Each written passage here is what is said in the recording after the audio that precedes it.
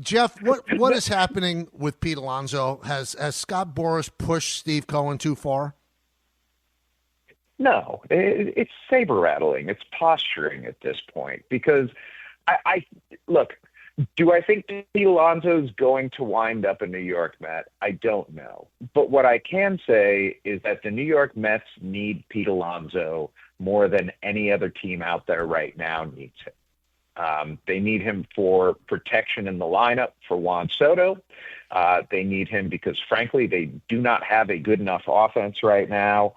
And they need him because, honestly, when you have a guy who has the history that Pete Alonso does with the New York Mets and the contract structure is not absurd, which at this point it is certainly not, it just makes too much sense for it not to happen. Now, there's a possibility that another team, I don't know who it is at this point, maybe it's the Los Angeles Angels, maybe it's the Toronto Blue Jays, whoever it may be, steps in and gives him the sort of money that the Mets are not willing to. But the longer this thing plays out, the more it feels like a return just makes sense for everybody involved.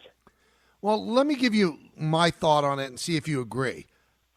If the reports are true that the Mets were at 68 to 70 for 3 years and that Alonso wanted 3 for 75, that's, again, if they're true, that screams to me, Jeff, the Mets just don't want him. I mean, you could value somebody at a certain price, but if you really want the guy, as you said, and they need protection for Soto, what does $5 million mean to the New York Mets? So I understand the saber rattling. I have never heard an owner be that blunt the way that Steve Cohen was at the Met event. It just makes me seem like I don't know if there's a middle ground there, if they're both going to dig in like they have.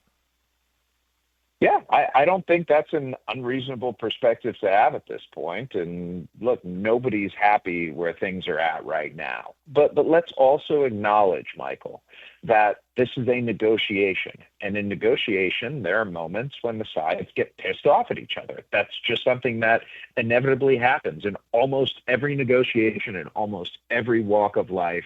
Rarely do you come to a place where both sides are happy without a little bit of fighting and without a little bit of consternation. So I think once the sides cool down a little bit, there will likely be more substantive discussion about this because, again, I keep getting back to this, because the fit is right.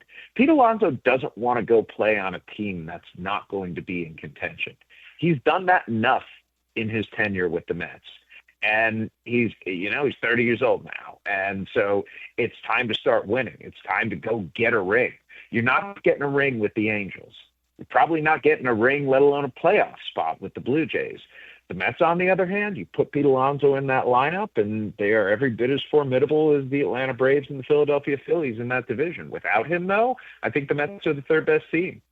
It's interesting, though, because teams start reporting on February 11th, February 12th. Is there a line in the sand that you say, okay, now I'm concerned he's not going to be back with the Mets?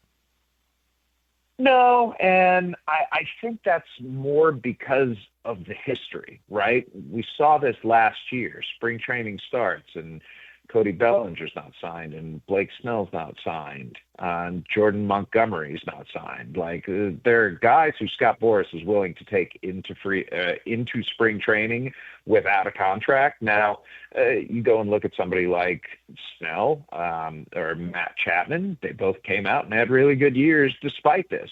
On the other hand, Bellinger was just sort of and opted back into his deal before getting traded to the Yankees, and Montgomery was terrible. So, there are different routes that this can go, but I don't think there's a hard deadline at this point. I think that Pete Alonso right now is just trying to make the best of a situation that's gone sideways, and the Mets are trying to act like a responsible baseball team and not one that's going to go out there just shoveling cash right and left to try and bring guys in and build a team that's just average. This is a much more disciplined, Michael, New York Mets team. No, I find that interesting, but isn't the Mets' strength the wallet of Steve Cohen, though? Aren't you taking away his strength?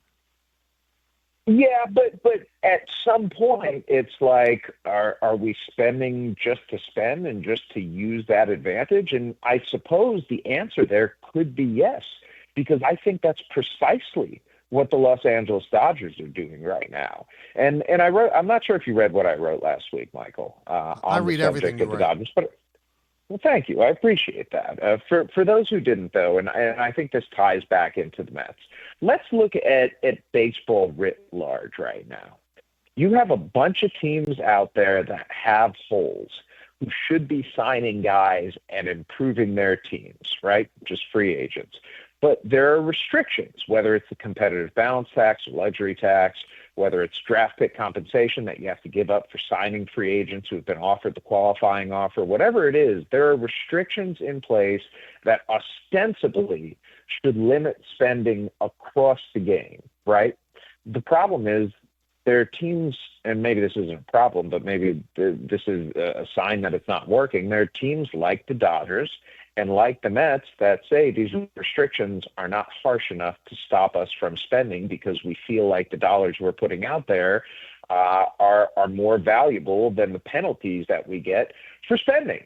And when you have that, where a vast majority of teams are slowed down by those penalties in place, but you have a couple of teams that are willing to spend past them, that's where you get the large gap in payrolls and the large gap seemingly in the team's talent with the Dodgers and everyone else right now. And so, yeah, I think the Dodgers have made a calculated play here, Michael. They've said if everyone else is going to be scared off by spending, we should spend even more than we would have to heighten that gap between us and those other teams. And if you want to argue that that's what the Mets should be doing too, I don't think that's an unreasonable thing at all.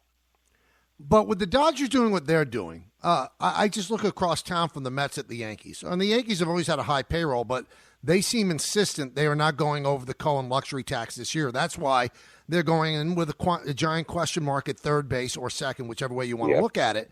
So, and one of the reasons I've always heard is because the penalties are so tough. With they're not. How do Yankees talk to their fans? Well, I think that's the point. If the penalties are so tough, then why are the Dodgers and Mets doing it? Well, the Mets aren't over yet. Again, they might. Yeah, but they have been. They have been the last 2 years. Right. So they have shown a willingness to go there. And at the end of the day, like, Michael, these are the New York freaking Yankees. If a luxury tax threshold is impeding them, that says more about where they are than it does the luxury tax itself. Well, I don't think when have the Yankees ever played third fiddle in baseball? That's where they are right now when it comes to spending. But the question is, I don't think that the 110% tax, because this would be the third time they're over it, is what's affecting them. Right. They keep talking about the draft picks and the foreign money and stuff like that. But you're saying that that's not as onerous as it's made out to be. Don't get me wrong; it is onerous. But if you have trust in your scouting staff, if you have trust in your development staff, if you have shown the ability to produce major league caliber prospects out of your minor league system, then yeah, I think you look at those and you say it impedes us, but it doesn't stop us. It makes it a little bit more difficult, but I'm okay having more difficulty on the minor league level if my big league team is better. Because when the big league team is better, man, people want to join you. Like, look at what the Dodgers are doing right now, Michael. They're not paying absurd amounts for any of the guys that they're signing. They're not going over market value on any of the guys they're signing. I mean, let's look at their whole roster right now.